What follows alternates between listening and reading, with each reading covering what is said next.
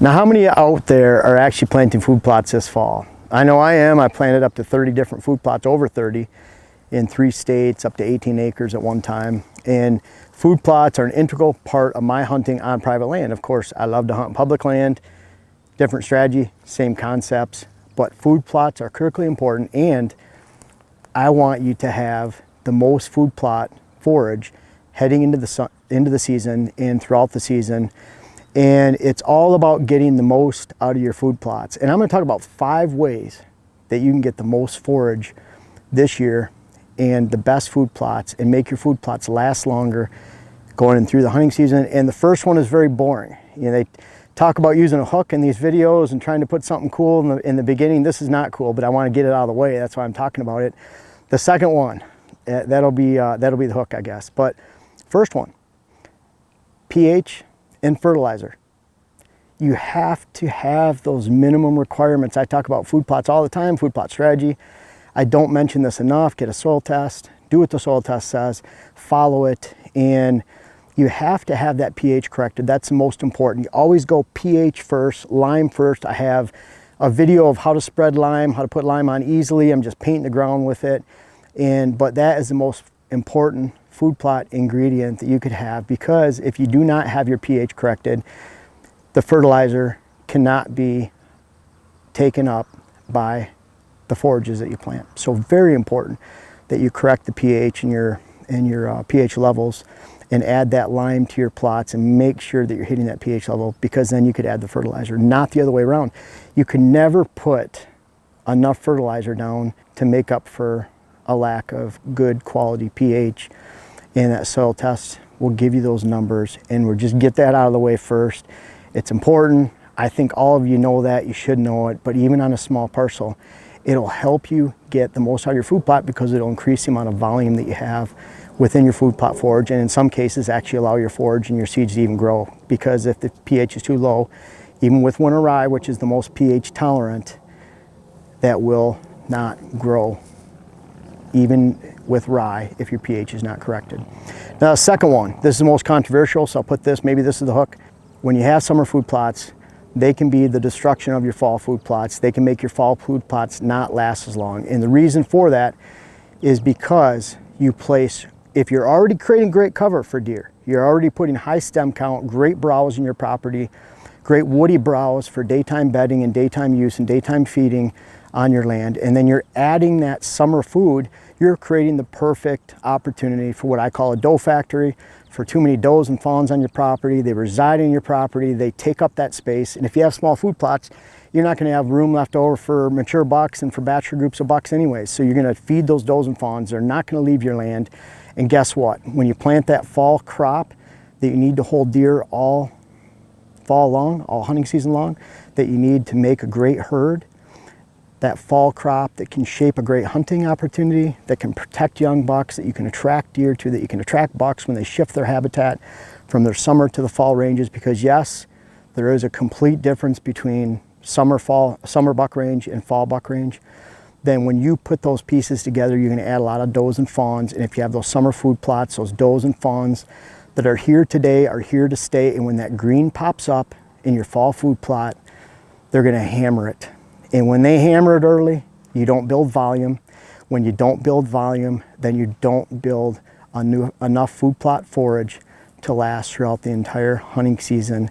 And that is probably one of the biggest ways to make sure that you have enough food plot volume to last the hunting season per the amount of acres that you're planting.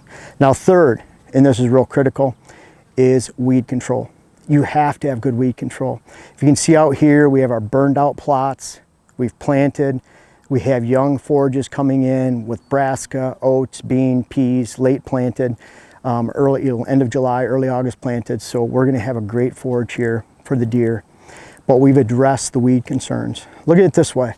Simply people say, well, those weeds are great. It's great to have that weed mix in there, young goldenrod, ragweed, whatever the deer might eat. And in theory, that sounds good on paper. There's a lot of people pushing these natural CRP blends and boy, this is a great, just don't do anything with it. Just this fallow field, let it go into the hunting season. Well, when it lays flat and there's no food and there's no cover, then it didn't do anything good for you during the fall. And that's the same with weeds coming into your plots. All these weeds, they're not adding any nutrition or value in October, November. They're dead, they're dying, they're falling down, they don't even add cover. So you want pure, clean food plot forage coming into your food plots and within that blend that you've planted, and you have to address those weed concerns. The weeds you have in your plots, they take from the nutrients, they take from your food plots. Let's look at it this way. Let's say your food plot's half weeds. Well, you probably only have 10%, 20% of the forage that you actually wanted in that volume that can be produced in that plot, because the weeds have taken not only space but also nutrients. So not just the space they take up in that 50%, it's also the nutrients they take from the other 50%, which greatly reduces the amount of volume that you have in that plot. Now, a fourth way to make sure that you have great food plots that last the entire season is to plant a diversity of blends, a diversity of cool season blends. And what I mean by that is that you're planting a variety on your food plot, you're planting a variety of greens, you're planting enough seed within those greens that lasts throughout the entire season, and you're adding that diversity so that deer actually focus on your food plots for more than just a 6-week period. Most seed blends only attract deer for about 6-week corn. Corn is great in November, really good in November if you have it, but not so great in September and October when you want to establish a pattern of use when those bucks are shifting to their fall habitat. And a lot of times there's none left over going into December and January. So it might be king in November, but with greens, it's not about producing a 10 out of 10 forage, it's about producing an 8 out of 10 forage or a 7 out of 10 that actually lasts for the entire year. So brassicas might only be eaten in the middle of November, rapes, turnips, radish might be only eaten in the middle of November through December, but not as much in September and October, which is perfect. Early planted cereal grains, oats, rye, wheat, even if you add late planted beans or peas, they might be available in September and October, but they're candy crops. And when they're young and they're lush, the deer will eat those. And then you have the brassicas for late. And so if you plant those combinations, and I like dividing the fields like I've shown in my 2019 best food plot mix, like I've showed in my ultimate no-till planting methods. If you check out no-till, if you check out 2016, 17, 18, 19 best food plot mixes, mine all come up at the top. You can check those out and see what the philosophy is behind planting those separate plots. So diversity can be extremely key in making your plots last the entire season. And one final and very important fifth method for making your food plots last is to use layered rye. On any of this, it doesn't matter what it is, I'm purposely adding layered rye to the peas and the oats and the beans over here. And I'm purposely doing that because I want that young base forage, a fresh young green from the rye, to be coming in at a time where the deer might even be focusing on the brassica. I'll bring them back to that because again, it's all about producing volume. So if I can have the deer feeding over there on that diversity and not feeding on this brassica, then I get a high amount of brassica volume that's there to last the entire season.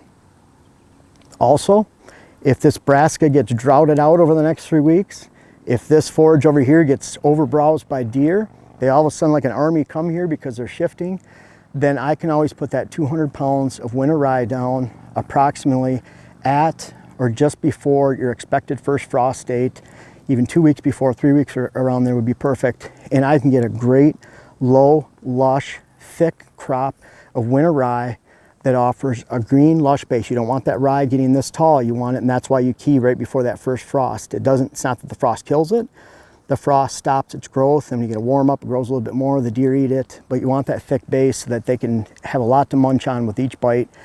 And it's a great way to not only salvage food plot failures, but to also make your food plots last longer with that green base. I do not encourage you to add it onto your brassicas unless there's a brassica crop failure.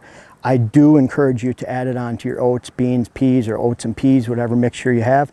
Again, on that side over there with those peas, it's 100 pounds of peas per acre, 25 pounds of soybeans, 50 pounds of oats, and then over here my favorite brassica blend from it's Sweet Feast brassica blend from John Comp at Northwoods Whitetails. He mixed up this blend for me over here. But not only a salvage crop, but a great way to layer and add volume to your food plots so that they last the entire hunting season. Your food plot is no good if it's just a single source variety that gets munched down by October 15th because you've had a bunch of does there, because you've established that summer fawning residency in that area, and you haven't addressed weed concerns, pH, or fertilizer. So really, in the end, a lot of us have to be very efficient with our food plots because we're planting small food plots on small acreage. Again, weeds, layered plots, diversity, pH, summer plots. You can address all those concerns and make sure that your 2 acres of plots on 40 acres, or even your 5 acres on 80, or your 10 acres on 200, whatever your ratio is, you actually get 2 acres out of 40, 5 acres on 80, 10 acres out of 200, because you've addressed those concerns and you're making sure, per your soil type, that you're bringing the most amount of food, not only into the beginning of the season, but all the way to the end of the season and beyond.